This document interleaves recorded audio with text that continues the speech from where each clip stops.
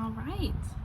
Hello, YouTube. It has been a little over 3 years since my last video where I talk about my miscarriages, and I still get people commenting and messaging me from that video. So I figured it is time for an update. I apologize if you can hear the construction going on across the street and just general noise. This is the best lighting I can get, so we're gonna make do. But yeah, we had a baby. So the last video, I was in the 2-week wait. We were pregnant, and that our baby boy stuck, and now he's 2.5, which is crazy to think. It's crazy. He's 2.5. And yeah, so I am very blessed to be sitting in the backyard with his splash pad and his toys and to be a mom now.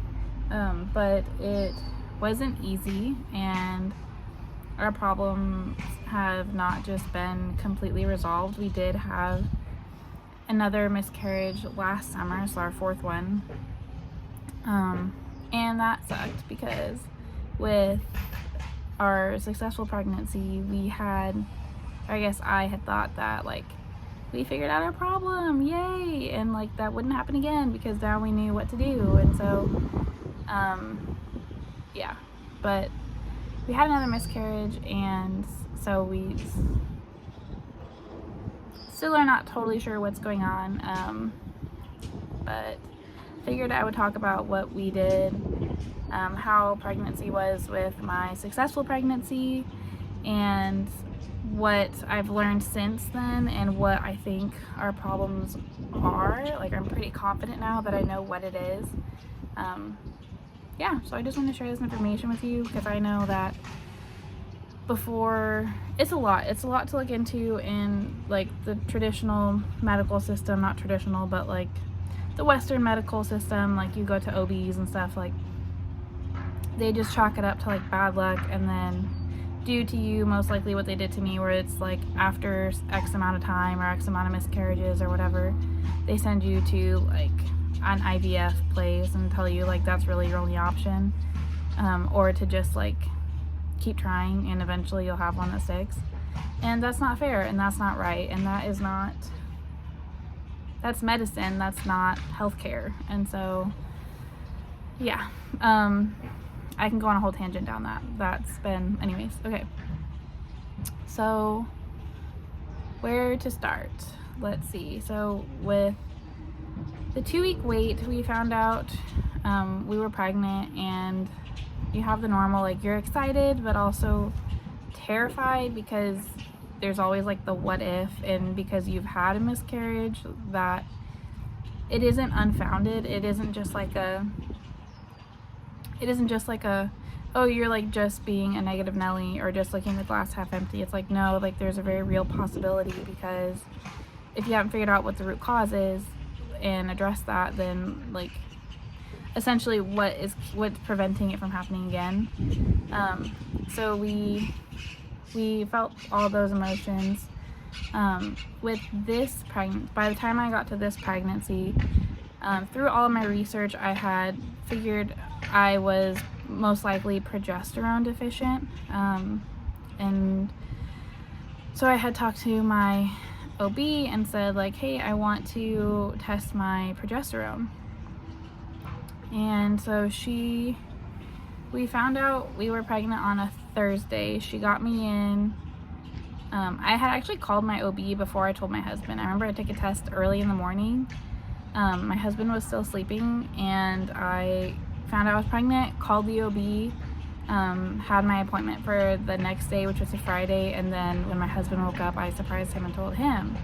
But anyway, so she got me into the office the next day, did blood work for my progesterone. Turns out it was really low, so she sent in a prescription. So by Saturday, so 3 days I think after I found out, I was already on progesterone supplements. And I had already been doing like a progesterone oil beforehand, but honestly, like, that's not really gonna do anything. I think those are just kind of scams. Anyway, so I wouldn't recommend like buying like progesterone creams or oils, just because I haven't seen, at least for me, none of them have like made a difference. So I was on progesterone oral supplements, like an oral capsule, and I was doing those up until 9 weeks, and that was the furthest we had ever gotten. All of our miscarriages had happened around week 6 and week 7, like somewhere like week 6 up to week 7 was when we had our miscarriages. And so after we hit that point, I thought that I would be feeling like, okay, yay, we're pregnant, like it's working, it's gonna stick. But I honestly didn't. Like, I don't think I ever got to a point in the pregnancy where I felt like fully confident and like had zero anxiety about losing this baby. Because it's just kind of always there, and it just continued. Like, I just was habitually in a place of surrender to God, of like, okay, God, like, even if I only have 2 weeks with this baby, even if I only have 4 weeks with this baby, even if I make it only the first trimester or second trimester or third trimester or whatever, like, being open-handed with my pregnancy and with my baby, and continually giving him to the Lord, of just being open-handed and like, okay, God, like, you blessed me with this baby is yours first and foremost before he is mine. He is yours to give and to take away. Like, of course I want my baby on this side of heaven, but there is nothing better for my baby than to be right next to Jesus. And so it was me having to be selfless in that way and retrain my thinking into knowing that, like, my baby isn't mine. Like, my baby is the Lord's before he is mine. And I think having gone through all the previous miscarriages really helped me with that. And so with my, like, postpartum and stuff, like, it was a lot easier for me, I think, than most first-time moms, because I understood that. Like, I understood that this baby is the Lord's before he is mine. Like, the Lord is truly in control of this situation. The Lord truly is going to provide for every physical, emotional, and mental need that for me and for my baby. Anyways, and so the whole pregnancy I had to be open-handed with that. But we made it up to 9 weeks at the OB's office, and then I remember she wanted to just stop my progesterone. She was like, oh, at this point I remember her words exactly, at 9 weeks your placenta should be making the progesterone on its own, so we don't need to supplement anymore. And she didn't want to run any tests. She didn't want to do any more blood work to make sure that my body was in fact creating progesterone. And having gone through 3 miscarriages and having, like, learned, like, hey, my body doesn't do quite what it's supposed to do, I'm not okay with just stopping this progesterone based off of what my body should be doing, especially without testing. And by that point, I had already been doing a lot of research into what kind of birth I wanted, and just my views on healthcare in general. And I think, just like most new first-time moms, especially moms who have had miscarriages, who go down the rabbit hole of how toxic everything is, and how, like, and I don't mean like toxic, no, I mean like actual toxins, like how messed up everything is from our cleaning products and our food and the way the healthcare system works and all of that. Like, I had just been doing research and decided I wanted a midwife, and I wanted to go through a birth center instead of a hospital. So we had gone to interview a local birth center and midwife and sat down with her, and the consultation was an hour. Like, it was just like a free online, like you booked it online, call, book, consultation that we just got to learn about what a midwife is and what a birth center is and how that works. And I was really skeptical at first because a lot of what I had seen was a mix between new age and new thought, like type of practices mixed in with home birth and birth centers and midwifery and stuff like that.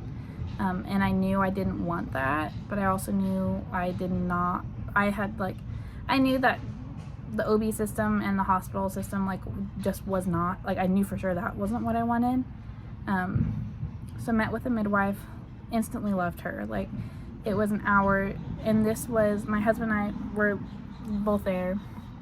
This was the first time in all of our experiences, including like having a miscarriage in the hospital and all of our follow-up OB appointments and all of that, where somebody had actually asked my husband, how are you dealing with all of this? Like, how are you coping? How has this been for you? Like, nobody had once thought of my husband and what it has to be like for him.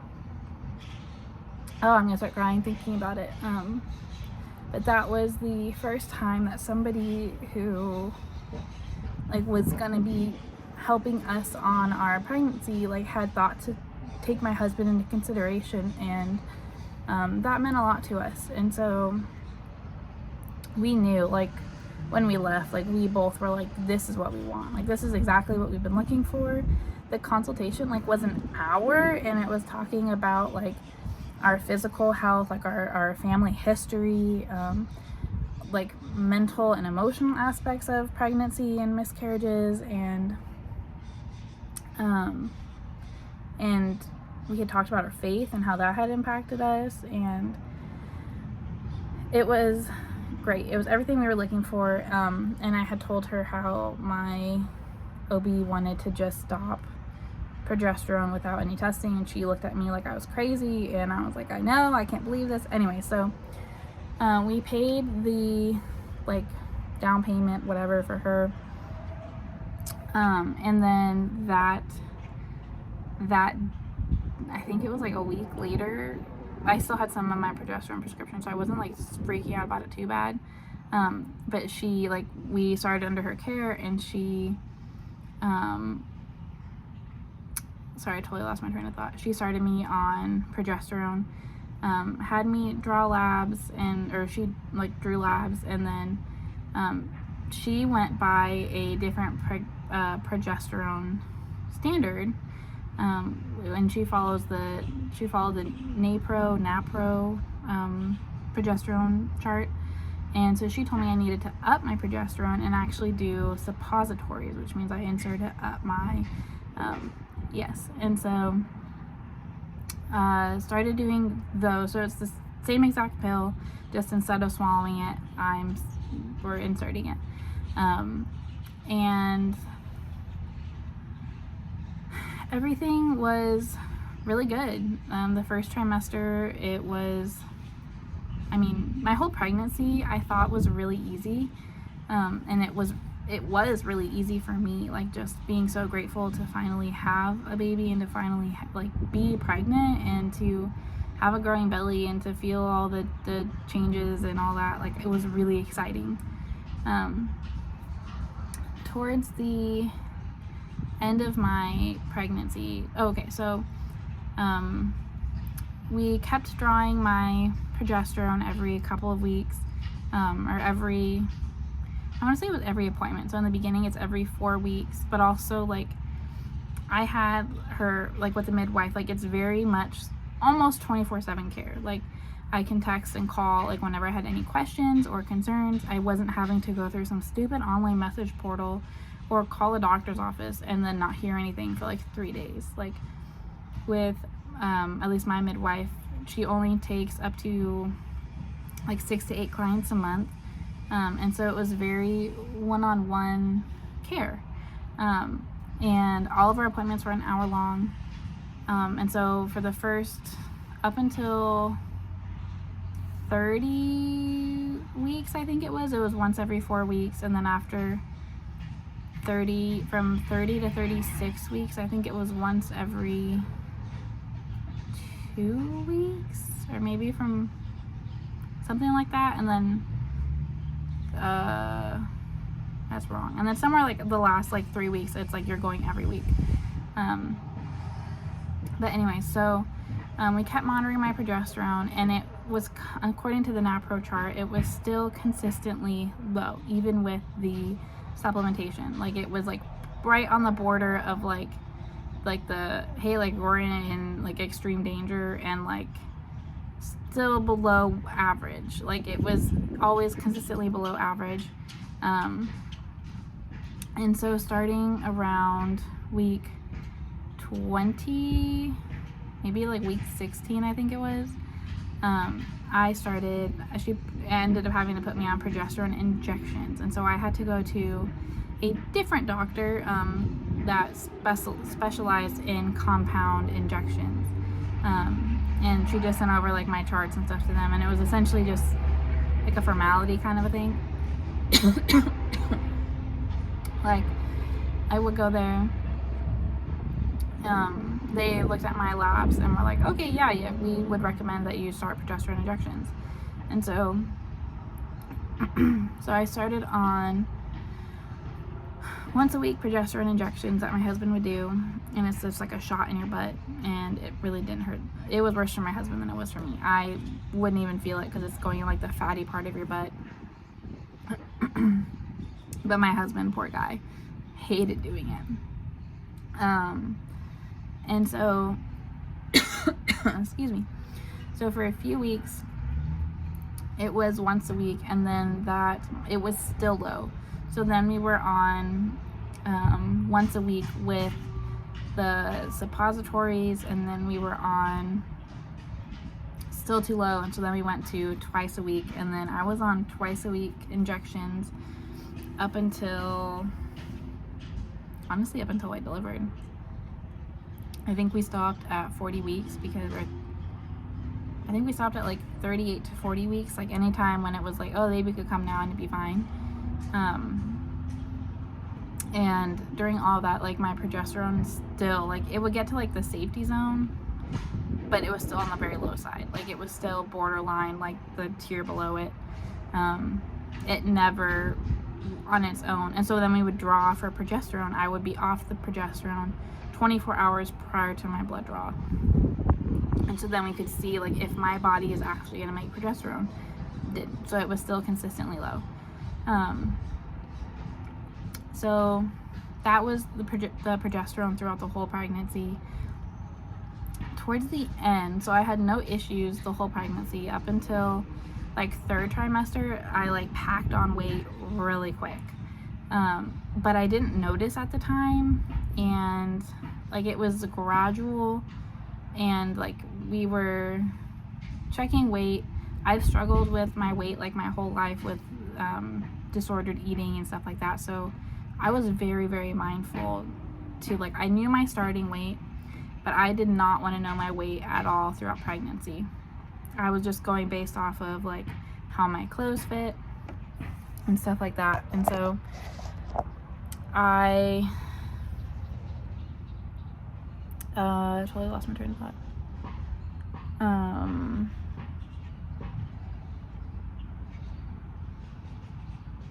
Shoot, where was I?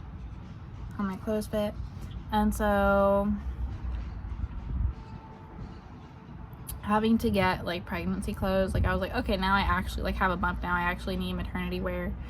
And that wasn't until like 2nd trimester. Like I had a bump at like 16 weeks, and then like by 20 weeks it was like, oh yeah, you're for sure pregnant and have a bump, and like had like popped. I loved every second of it. I loved every second of having a belly. I was so proud of it. It was so cute. It was just like a little round bump. So proud of it. But in the 3rd trimester, I started gaining weight, and I don't know how, looking back, like I have no idea how I didn't notice, but it was just like all of a sudden at one point I was like, holy smokes, like I am so swollen. Like I am so swollen, and like my shoes aren't fitting me, and I don't even remember like that happening. I just was like,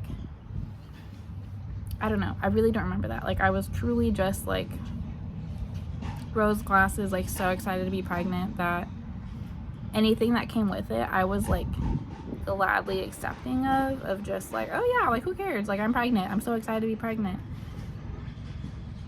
And so my feet were like ridiculously swollen. By like the very end, like my whole body was swollen. And at that point I was like, oh, this is like, I thought that was just normal. And as it was just like, oh, this is what women mean when they say like, oh, I'm ready to get this baby out of me. Even though like I never felt uncomfortable, never had problems sleeping. Although my husband didn't tell me till after we had the baby that I was snoring all night, like towards like the end. And poor, like, love him to death, like never complained, even though he'd be like, I tried to sleep with like earbuds in because it was so loud. And I was like, well, you could have woken me up, or like whatever. But like I felt great my whole pregnancy, like even up until the end. Like when I was super swollen, I'll see if I can add a picture, if I can figure out how to do that. I was still going on like 2-mile walks a day, doing curb walking, doing all of the things to try and naturally induce. But I felt great. My blood pressure was like, all of my normal signs for like preeclampsia or any like significant like thing like gestational diabetes and stuff were good. Gestational diabetes, when I had that test, it came back, I was like borderline. And so she's like, hey, like if you were in like a traditional OB office, they would probably just like say, hey, you have gestational diabetes. She's like, you're technically like 5 points away from that. So as long as you can commit to like monitoring your blood sugar and controlling it with diet, like then we'll just go that route. And that's what I did.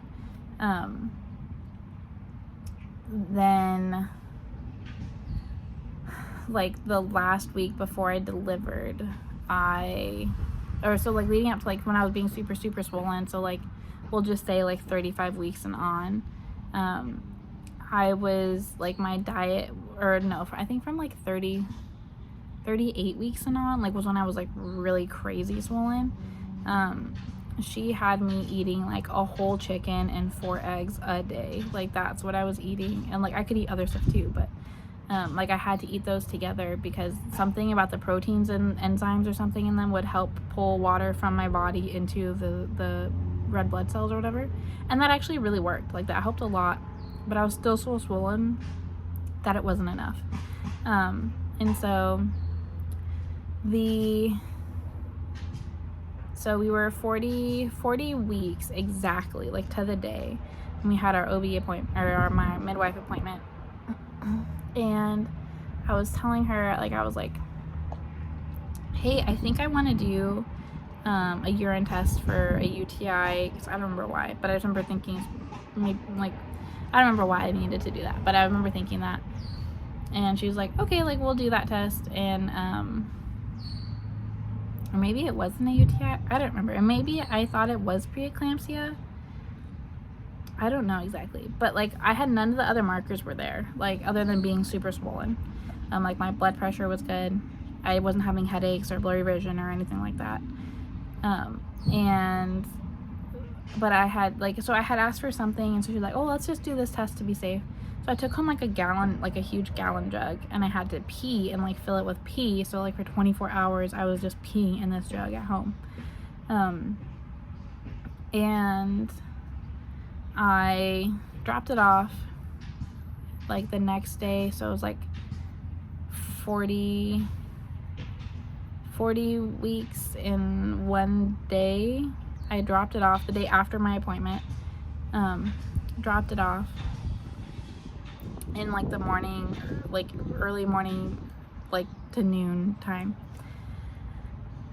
That evening at 5:30, my water broke and I started labor, and that is when everything kind of just hit the fan. So I started labor, my water broke, but I wasn't having any Sorry, I'm trying to see if I can set this up.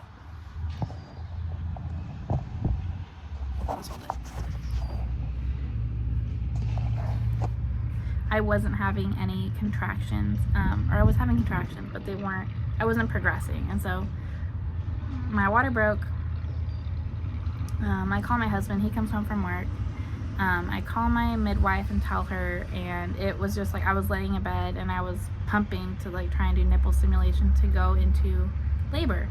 And it worked. I don't know if it was that. I was also doing, like I said, like the 2 miles a day of walking with curb walking and all those things. Red raspberry leaf tea, dates, all the things. And my midwife comes over and she checks me and she's like, okay, well, your water definitely broke. And she took my blood pressure and they did like the vaginal swab for meconium, and there were traces of meconium, so like that means the baby had already pooped inside. And now that the water had broken, there wasn't like a sac to protect him. I think that's what it was. And my blood pressure was already a little bit high. And she said, like, you know what, there's too many red flags for us to safely do a birth center, like to do it at the birth center, which was our plan.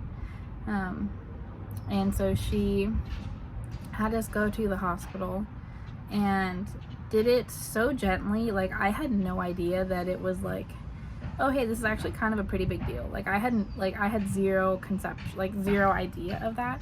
I was just like, oh okay, like there's just too many red flags, like too many yellow flags. That's what she told me. Like there's too many yellow flags, like too many warning signs that something more serious could happen.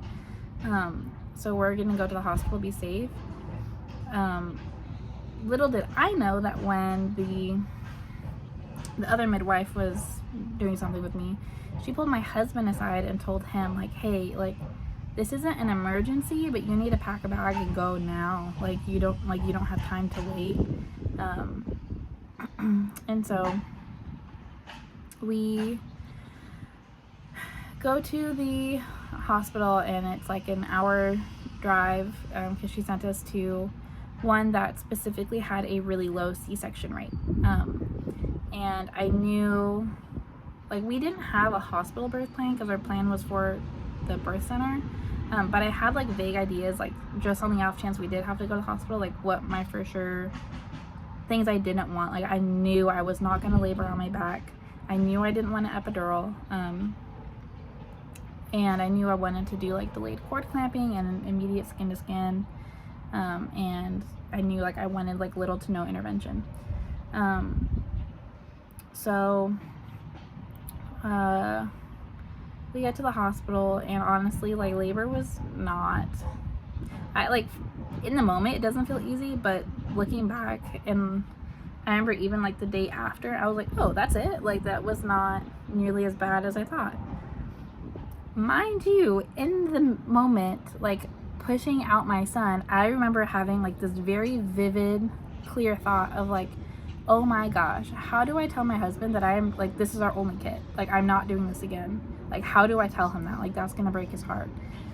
And I remember I remember having that thought clear as day, and like being really like sad and like mourning the idea of having more kids, and also like, oh my gosh, like nervous to tell my husband, like, because we had always planned like we wanted more than one kid.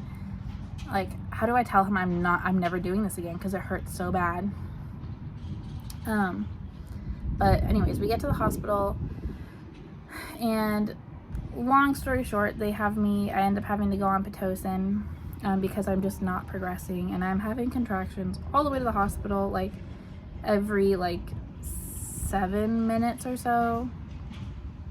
I was having contractions, and so like in my head I'm like, oh great, like this is great, like they're already close together, like we're progressing and all this stuff. We get there, and it had been like, so I started at 5:30, and so like 6 hours later, like I still was only like 3 centimeters dilated. Like I was not progressing at all, and I was having like contractions so much where like I couldn't sleep. Like I was just like laying there, and then I'd have a contraction, I'd yell at my husband to come like do all of like the measures that we had practiced and stuff, like coping skills and stuff. So ended up being on Pitocin and had him at 11:20 in the morning the next day. So it started at 5:30 p.m.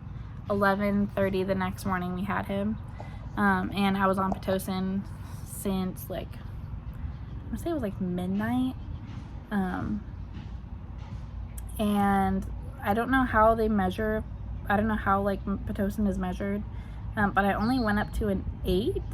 She started at me at a 2, and then went up to a 4, and then went up to a 6, and then the last it was 8. And I like, there was a couple times like where they would come in and be like, no, I want to wait, like I don't want to go, I don't want more until it's like the very last possible second. And then we had a doula, and if you can afford a doula, get a doula, because it's 10 times worth what we spent for a doula.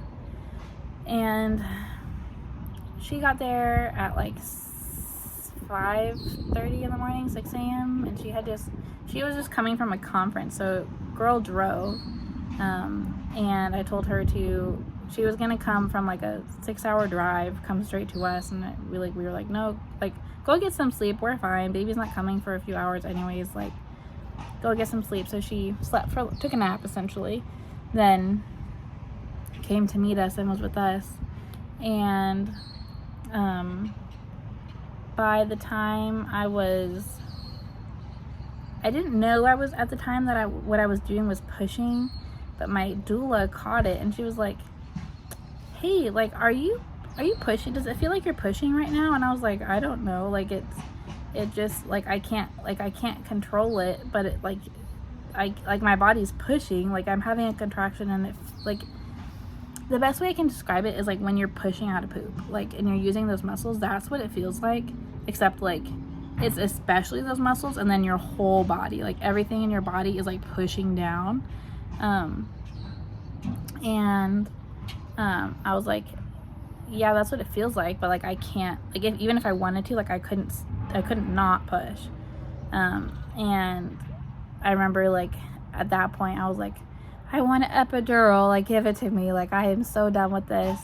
Because in my head, I was still, like, the last time that a nurse had come in and checked me, I was still only like 6 centimeters. And so I was like, oh, I still have hours to go, and like, this is the pain that I'm feeling, like, I can't do this. And again, I didn't know I was pushing at that point. And so I was like, I want the epidural. So my doula goes out, tells the nurse, hey, I think she's pushing already. And the nurse is like, there's no way, like, and I do remember hearing this, like, no, like, they'll be louder, like, when they're pushing. And like, so that made me feel like, okay, yeah, I'm definitely not pushing, and I just I need something for this. And nurse comes in and checks me, and she's like, oh wow, like, you're handling this so good, you're ready to push, like, we're actually pushing. And it felt like within seconds, like, everyone was running into the room. At that point, I was asking like what my options were. I was like, I need something for this. Like, it was just, I was so tired. Like, it had been over 24 hours since I had slept. I had brought snacks for labor and stuff, but like, I was not hungry. Like, I was just like, the idea of eating was just like absolutely like no for me. And so like, I was really, really hot. Anyway, so they ended up giving me nitrous oxide. Like, I had done, like, researched that and looked into that, and like, I was okay with that as an option. And 10 out of 10, oh my goodness, that stuff is amazing. It doesn't numb you, and it doesn't take away any of the pain, but it like allowed me to go like to my mental headspace. And I think that was such a good call, especially because like my birth plan had already like essentially gotten thrown out the window. Like, we were wanting a birth center, and we were at the hospital, and yeah, of course there were some nerves with that. But so the nitrous oxide, like, it helps take off the edge. Like, people will sometimes say like, oh, like, when you're in labor, you're in like labor land, like, you're gone mentally. And it really is. Like, I totally see now why people say that labor is like a spiritual experience, because it really is. Like, you're not, it's unreal. And I was on the nitrous oxide. He came out. I had a minor first degree tear. I do remember, like, any time that they were trying to adjust me, I was like, I am not laying on my back. Like, at one point they wanted me to lay on my back to, like, check something, and I was like, absolutely not. Like, I am not laying on my back. I'm not even gonna put myself in that position to where, like, I can't move from that position. And like, the staff was great. Like, that hospital everyone was great. I got to do exactly what I wanted, or for the most part. Like, we were at a hospital, but we got to push and deliver on my side. I was butt naked because I was so hot, and I remember I kept saying, like, I need ice, I need someone to turn down the AC, and they're like, it's already, like, down as possible, like, as low as possible. And afterwards, like, my husband was like, yeah, I was freezing. He's like, I looked and it was like 63 or something in that room, and, like, he was freezing, and I'm butt naked, like, sweating, like, so hot. Yeah, and so we had our boy, and sure enough, right after we had him, we get a text from my midwife saying, like, hey, your lab results just came back, and you're positive for preeclampsia.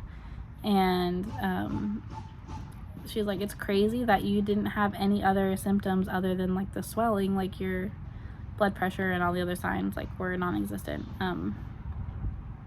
Anyways, so that was our labor and delivery. And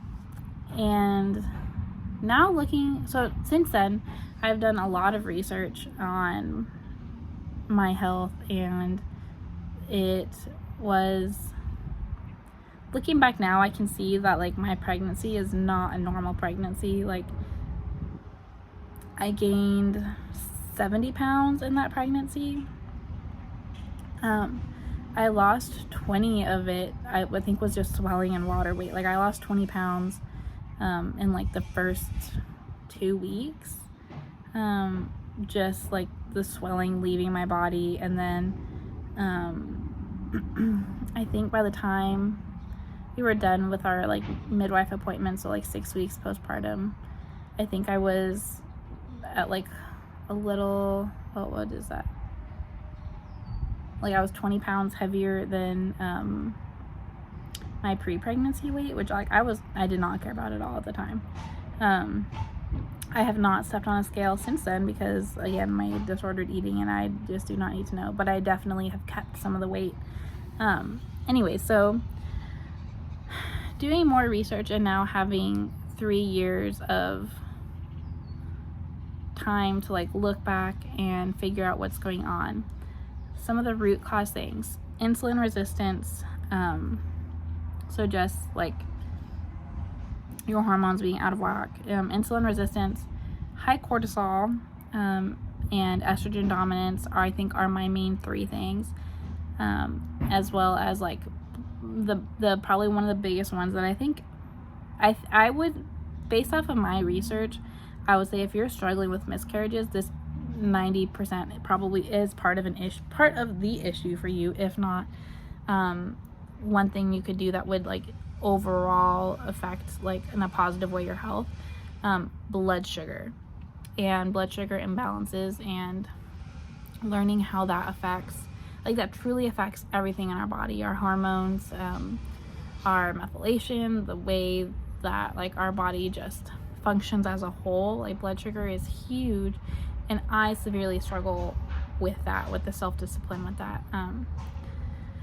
And yeah, so those are, like, the root cause issues, I think, for most of, at least, like, this is obviously not medical advice, this is just me and my research for myself, my issues, like, those things. Another resource that I have learned going through this is NAPRO technology, so natural procreative technology. It was like started by the Catholic Church, but you don't have to be Catholic to do it, and the doctors that do it aren't all Catholic, but like I think 100% of them are like pro-life. Like that's just like their outlook on it, and so their intention behind it is like trying to save every pregnancy versus the idea of like, if it sticks, it sticks, if it doesn't, it doesn't. And so I just made my first NAPRO doctor appointment for August. Why it took me so long, we don't have insurance, and I thought that it was going to be way more expensive, and I finally called and was like, oh, I think it's like $150. I was like, oh, like, I mean, don't get me wrong, that's still a lot, but that's like, hey, we can like figure that out, like we can budget and actually do that. Anyways, so I would look into that. I'll post some of the resources down below, but I would really recommend looking into root causes. Do your research on IVF.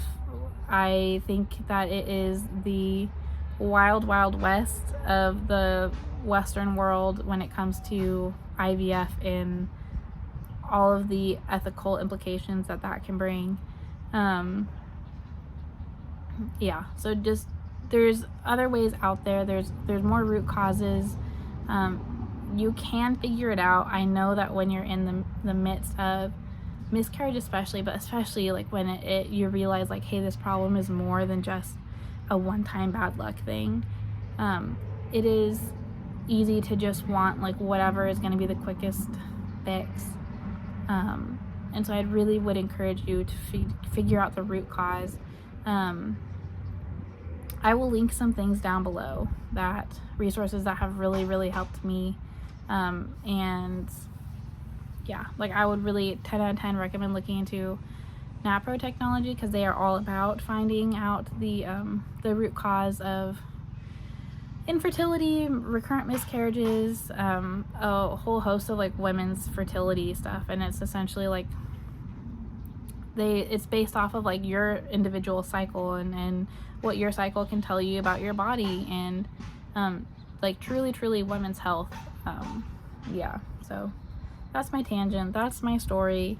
So I now have a beautiful 2.5-year-old baby boy who I am so blessed, and like this journey has been incredibly hard, but I am so grateful for it, because even on like the really rough days and the really hard days, like God has been so good, and I am able to just look at my son and like it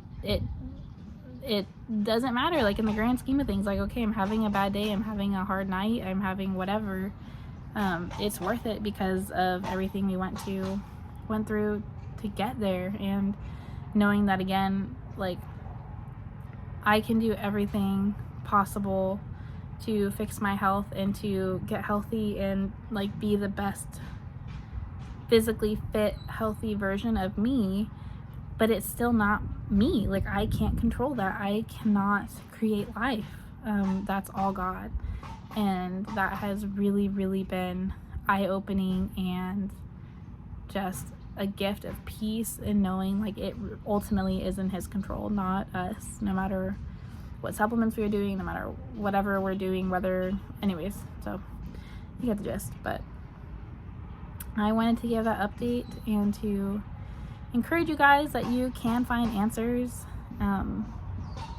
Yeah, I am praying for you guys, and I hope that this gives you hope and peace. And again, like, praise the Lord. He is good all the time, and all the time He is good. Bye, guys.